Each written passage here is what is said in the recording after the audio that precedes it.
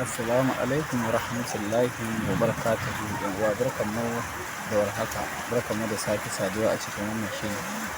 Kamar yadda muka yi kaga nan zan kawo muku hanyar da za ka samu BNB kyauta ba tare da ka sa ko sisin ka ba. Kawai abin da ake so zan ajiye muku link ɗin a description, wanda ya shiga sai ya yi rijista da shi. Yanzu zan shiga link ɗina kamar haka, yake nuna yana kan WhatsApp. In na shige shi kamar haka zai taho da ni ya kama fuska kamar haka. Yawwa ya taka wannan fuska nan wurin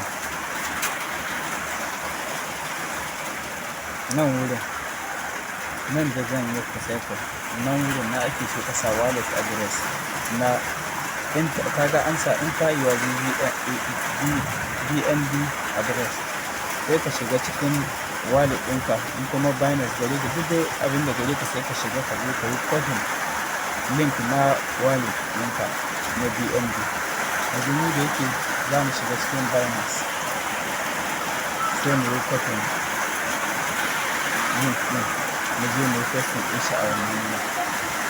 Yawwa gashi wanda za ka sa BNB, gashi BNB Smart Chain B20 shi za ka sa. Sai ka kwafin shi kamar haka. Yawwa kana kwafin shi sai ka minimizing ka koma wajen sai ka je ka pasting ɗin shi wannan wurin. Kana pasting ɗin shi sai ka danna start. Kana danna start za ga ya ci gaba da mining kamar haka. To gashi nan za ga ya ci gaba da mining.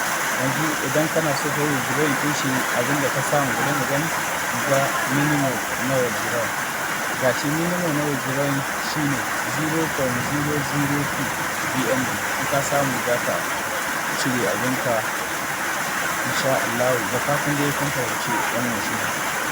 Zan ajiye muku link ɗin shi a description da kuma link na WhatsApp group ɗin insha Allah.